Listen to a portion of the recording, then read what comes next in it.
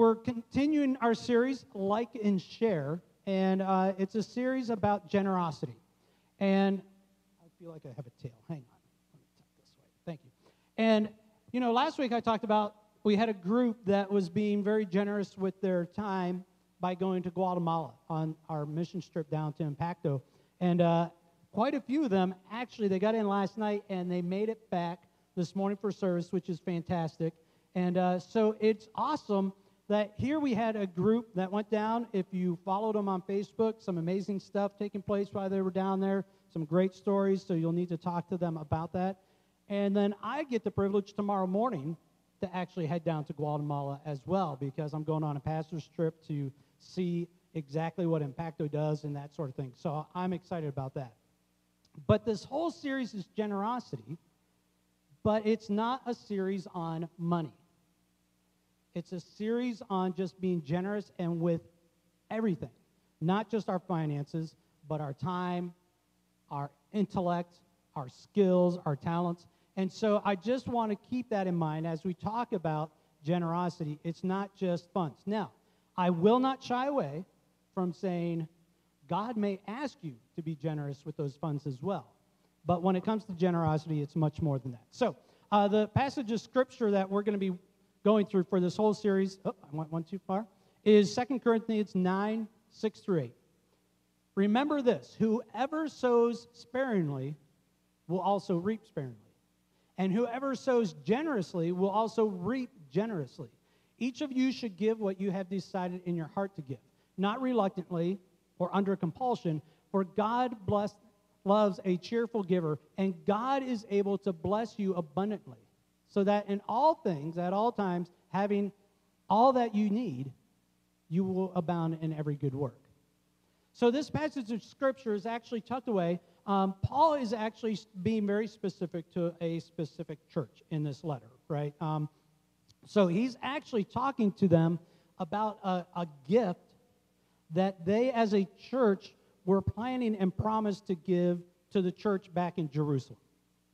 The church back in Jerusalem was going through some hard times. There was a famine and that sort of thing. And so their mother church was going through some rough times. And so this church had promised, hey, we want to help out. We want to be generous and we want to help those that are in need. And so they were planning on having this offering that they were going to send off. And so Paul is being very specific about that, but it gives us some great ideas and a model to follow in our own generosity. So this is the part of the passage I want to work with today. Remember this, whoever sows sparingly will also reap sparingly. And whoever sows generously will also reap generously. Now, we're in Iowa, so I did some research on corn. And on an acre of land, the average from what I see kind of range of how many bushels you can expect of corn from an acre of land is about 200 bushels of corn, okay? Now, wow, I started really diving in. I'm like, it's crazy. Farming business is crazy. Obviously depends on the soil, depends on all sorts of things, also depends on the weather, all that, right? But let's just say average is around 200 bushels. Now, say I am a farmer and I have just a nice small farm. It's just a 1 acre farm that I plan on planting, right? I can expect 200 bushels of corn. Now, if I decide, you know what, this year, I feel like I spent a lot of money on seed last year, and so I'm going to cut that back in half. And so I'm only going to plant half as much as I did last year. But I'm still going to expect to get my 200 bushels of corn. It's not exactly a great business plan, right? Because if you need the 200 bushels, you need to be planting a certain amount of seed to be able to get your full crop. So if I sow sparingly, if I say, nah, you know what, yeah, I'll put the seed, look, I'll utilize the entire acre. I'm just going to cut back and only use half the seed, but I'll spread it out throughout the entire acre, and I still want the 200. It's just not going to happen. You have to sow the appropriate amount of seed to get that 200 bushels. Now imagine if I look at that acre of property and then I realize, you know what, I have another half acre that's right next to it that actually I could utilize as well. And so I decide, you know what, I am actually going to purchase more seed this year, and I'm going to plant more seed this year. Then I can expect to get more than 200 bushels of corn because I'm sowing with more seed. I'm sowing generously, right? Now, that's farming, but when it comes to life, that plays out in our life as well. If we sow sparingly, we'll reap sparingly. If we sow generously, we'll reap generously.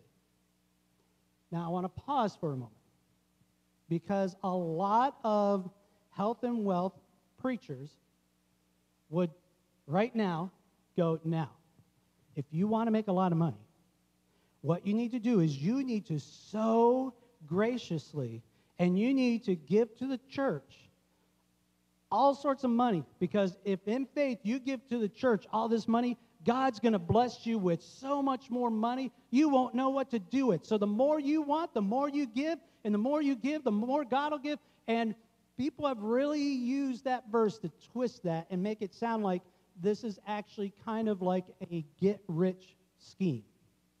If I sow a lot, okay, if I'm gracious with my money to the church, God's going to give me so much, I'll be able to buy LeBron James's mansion. This is going to be fantastic, right?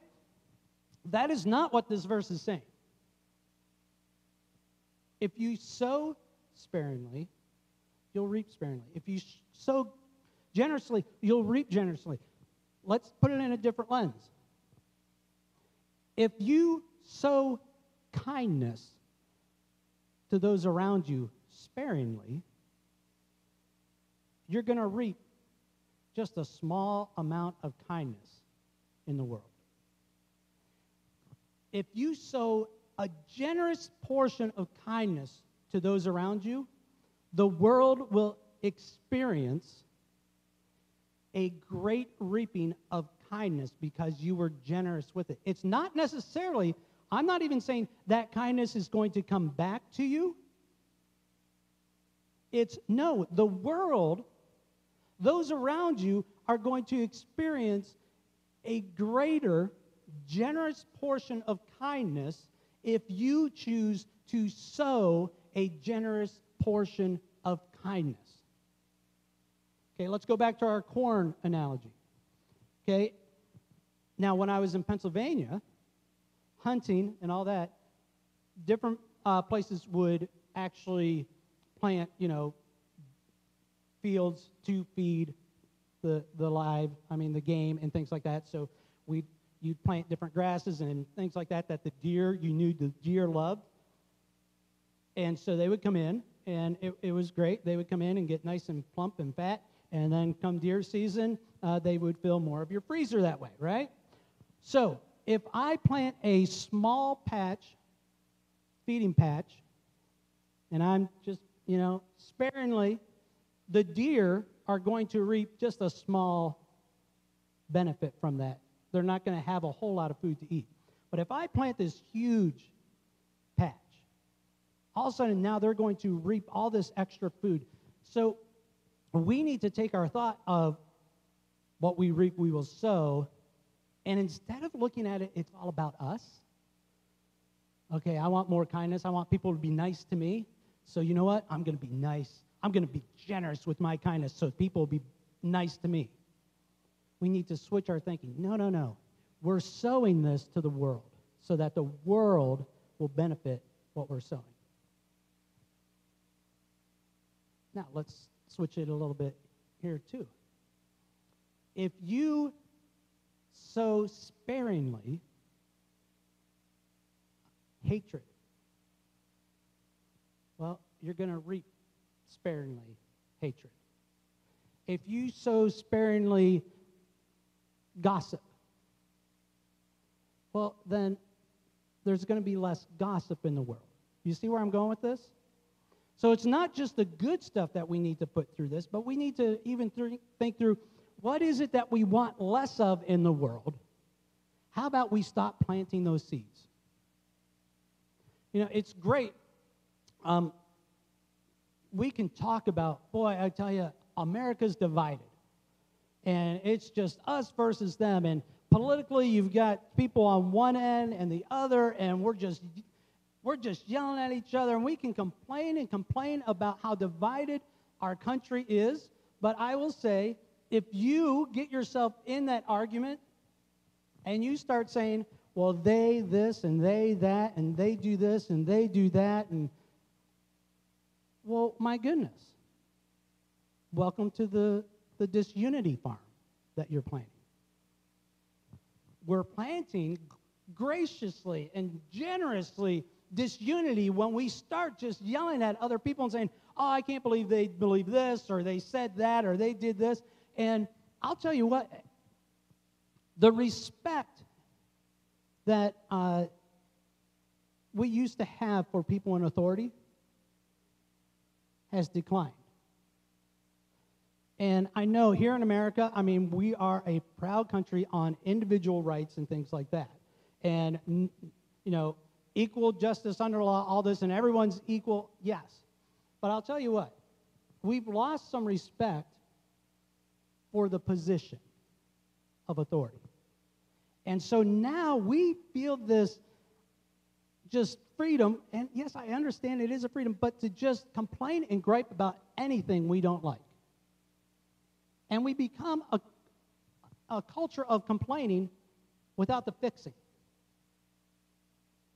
So let's take this verse, what you sow sparingly, you reap sparingly. What you sow generously, you will reap generously.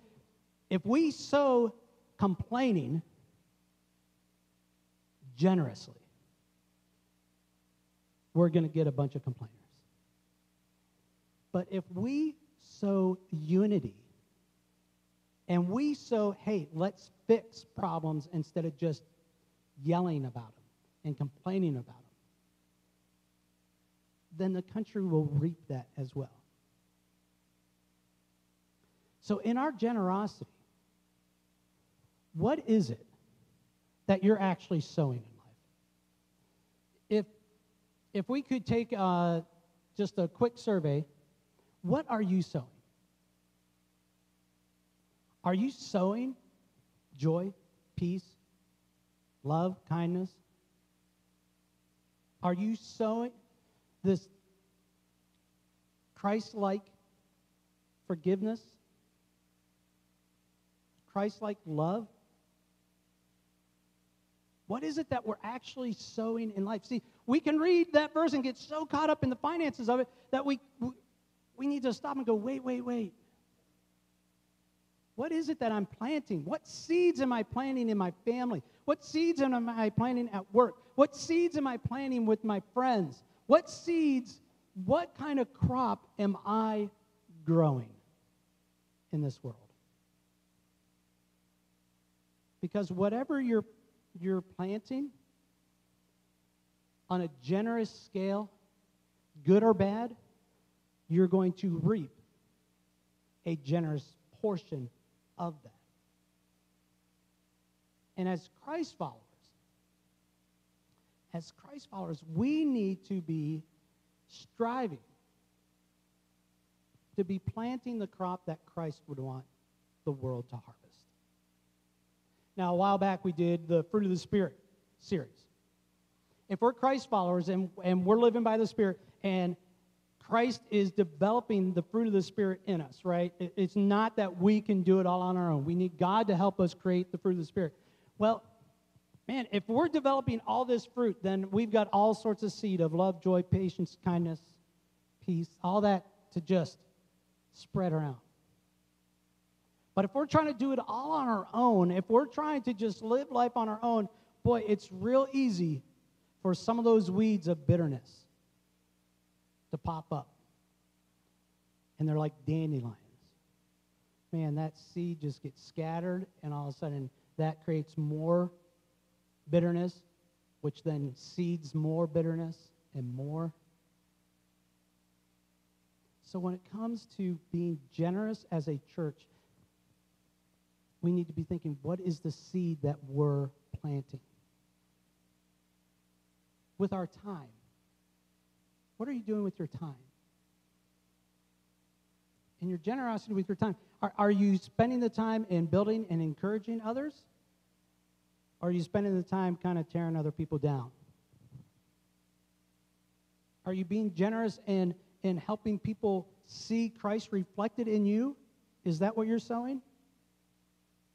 Or are you sowing a nominalist follower of Christ? I'm a Christian by name. I will say I'm a Christian, but really that's about it.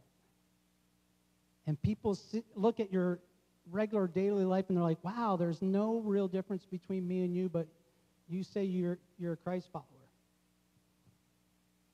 Are we sowing a bunch of seed of nominalism? Or are we sowing seeds of this is what it looks like to be a true Christ follower? Not perfect by any means. But I'm striving and I'm letting God take control. So what is it that you are sowing in life? Is it God honoring? Is it that love? Is it that joy? Is it that peace? And then the next question is probably the most important. Who are you sowing for? Who are you sowing for?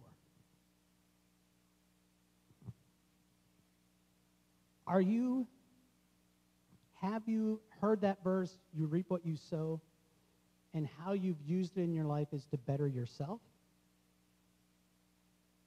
Saying, oh, I want good things to happen to me, so I'm going to do good things. Or are you sowing for God? See, here's the interesting thing. We talked about this a little bit last week. As Christ followers, we should understand, and I continually have to be reminded myself, we should understand every good gift comes from God. Everything we have is a gift from God and actually belongs to God. As a Christ follower, it's like, hey, I don't own the house, I don't own the car, this is all gifts from God that He's given to me to steward. So when it comes to me doing some planting in life, I'm planting for the owner of it all. I'm planting for God. I'm taking what He has given and saying, okay, God, what do you want me to do with this? Let me plant what you want to grow.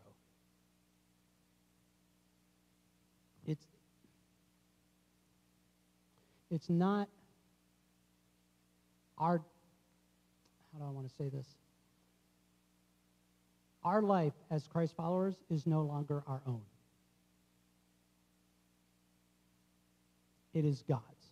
We have surrendered to Him, and we are saying, God, your will be done through and in me. Now, a lot of us were like, God, let your will be done to that person, and that person, and that person, right? Or, God, your will be done as long as it's this. I'll give you the guidelines on. No, as a Christ follower, it's God, your will be done. Whatever you are calling me to do, whatever it is that you're wanting me to accomplish that in my life. Your will be done. And once we figure out what that is, then we need to say, God, what seeds do you want me to plant? Let me plant those so generous. So that your image is seen all throughout the world. Your character is seen all throughout the world. God, help me to allow others to see you through everything that I plant, through all my actions, through all my deeds, through all my resources. God, let them somehow see you because I am living and planting for you.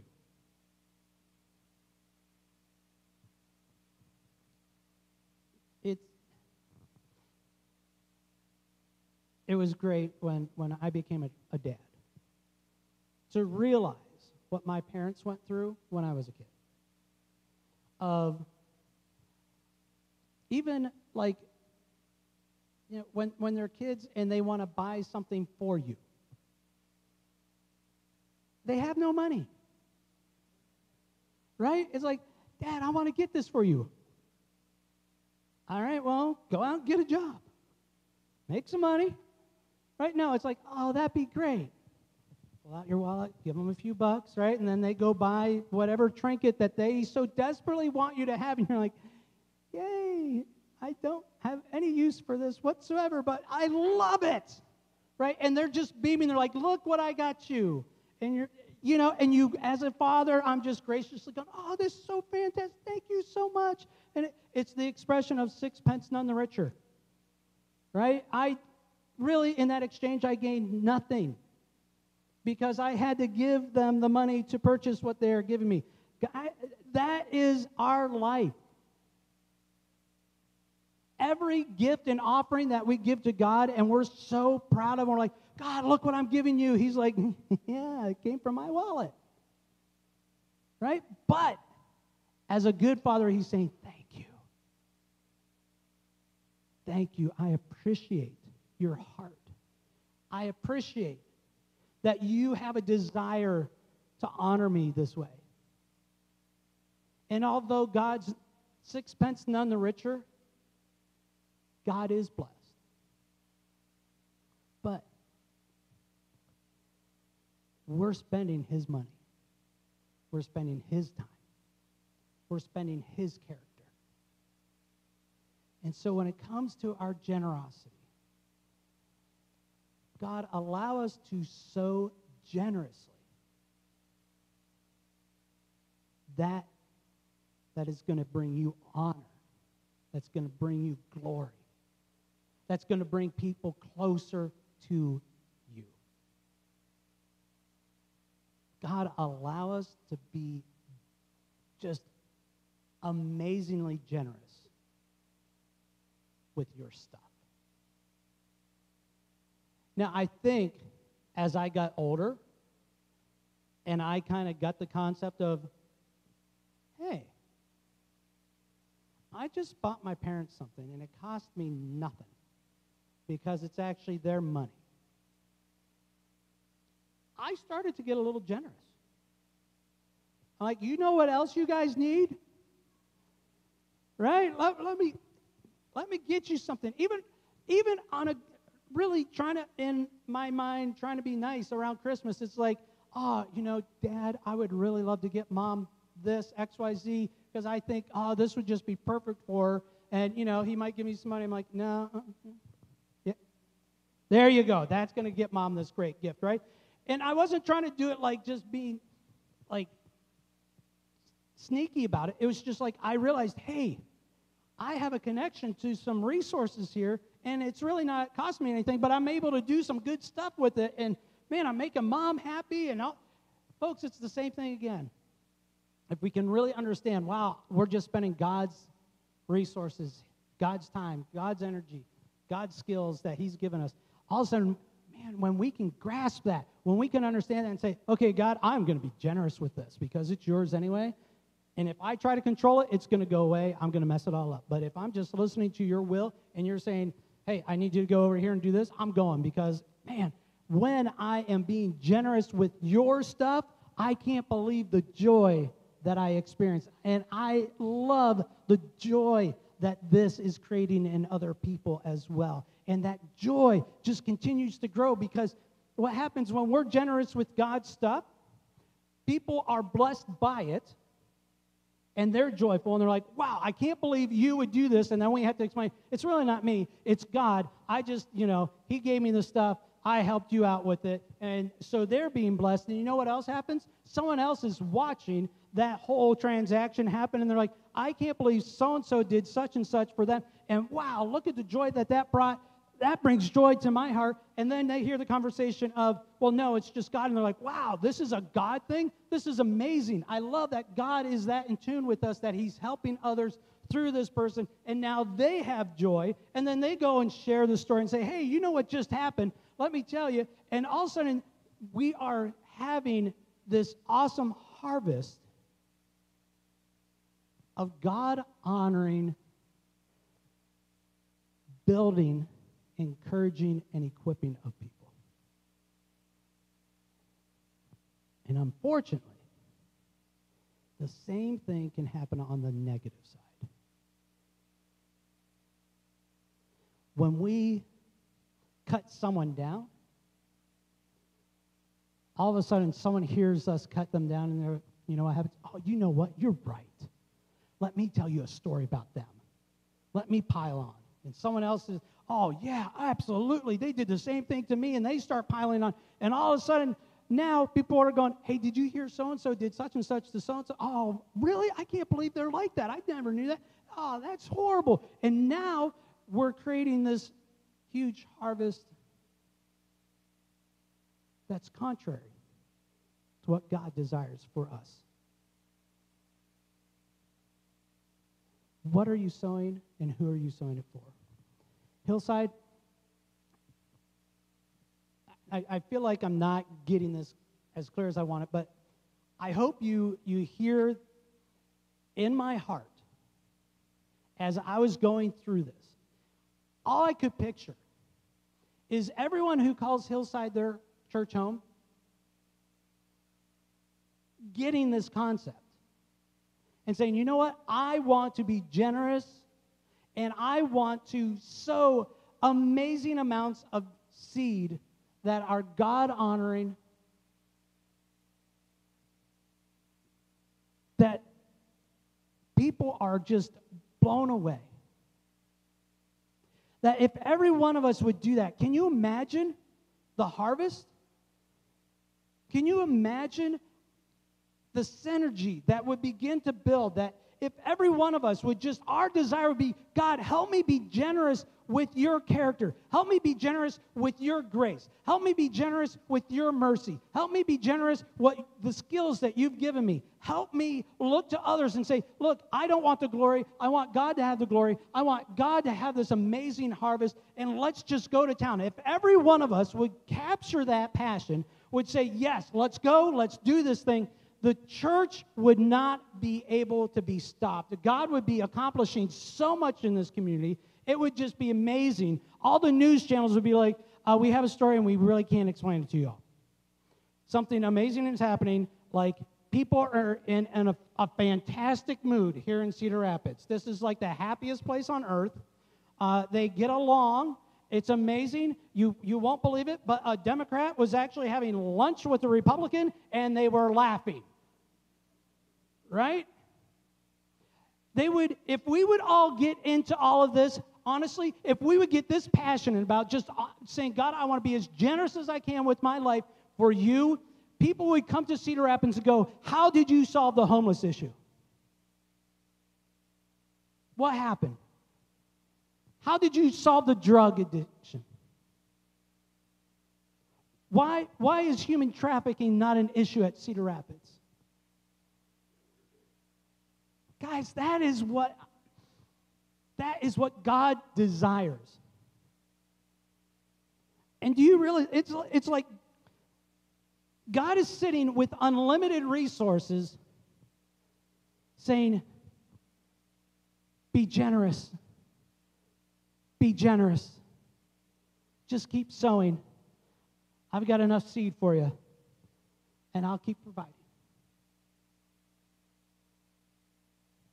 If you want to see, and back up. If you look at Cedar Rapids and say, wow, Cedar Rapids needs God. And you want to see Cedar Rapids really change and become a godly city, a God-honoring city, where people are just caring and loving for each other, then we need to sow the right seed. And we need to be generous. We need to be generous. Man, I look forward to that day. I look forward to just being able to be parts of stories where someone is sharing and talking about what has been accomplished through someone else's generosity. It's not about duty. It's not about because you have to. and this is my final point, then the worship team will come up after this. What it is one, realizing God has all the resources. And then two, it's realizing how generous God has been towards us. I will be the first to say, I do not deserve the love and the grace and the forgiveness that God extends to me.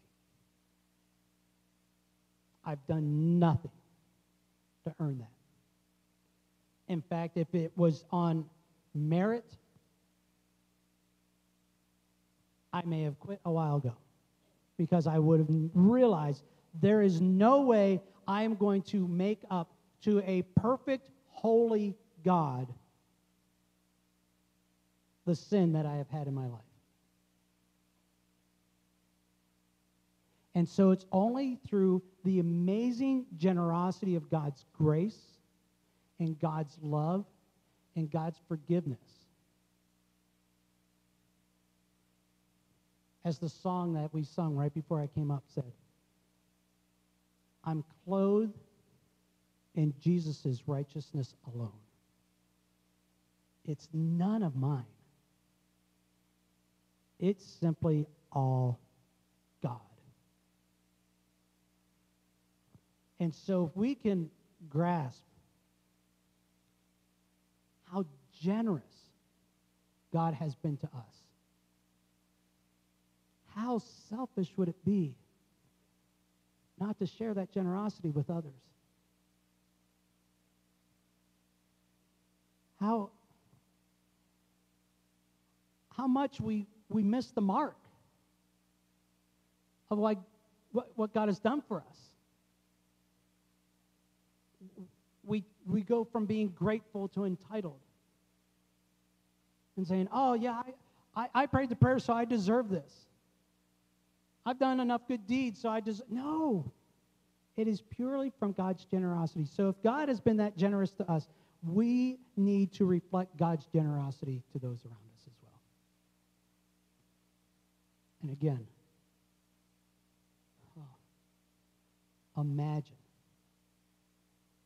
imagine the stories we would have to share. Imagine the changed lives we would see if we just got those two things. God has been so generous to me, so I am going to be generous as well. As we sing these next two songs, I really want us, let me explain this. When we do this, so like, right, we have some songs, we have a message, and then the last couple weeks we've kind of messed some of you around because we did 2 songs a message and 2 songs, and you're like, what happened to our 3 songs message, 1 song pattern? We were in a rut. I didn't like it. So, but the songs aren't like just there because, oh, that's nice. I like that song. Especially after the service, this is a time for us to reflect on what God is trying to share to us. What is God trying to speak to you about today? What truth do you need to allow to be absorbed? And what action is God calling you to? Because I'll tell you what. Okay, I better say this quick, otherwise I'll get preaching again. All right, so I'll tell you what. If you come in here and you sit here and you listen to a message and then you walk out and you say, great message, Pastor. Okay, I know half of you are lying, okay? So that's fine. But if you walk out and say, great message, and you just keep walking out and that's it, nothing happens. You don't allow God to actually impact how you live your life, then this was for nothing. So we have time at the end of the message for you to really focus and not just be like, okay, well, we're almost done so I can go. But no, God, what is it? What is it you want me to do? How am I supposed to respond to this? What needs to change in my life?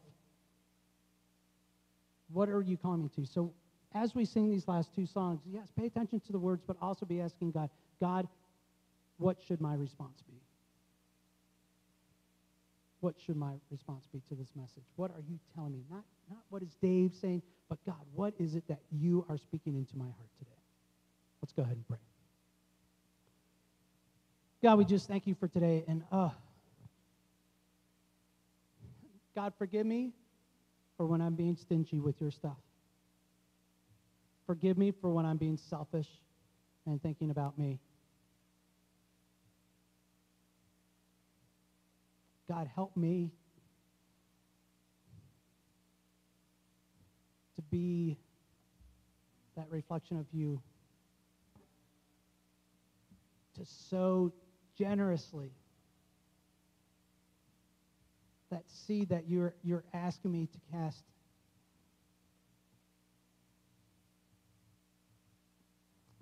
God, help me to remember it's yours, everything. And to remember how generous you've been to me so that I can be generous to others. In your name we pray. Amen.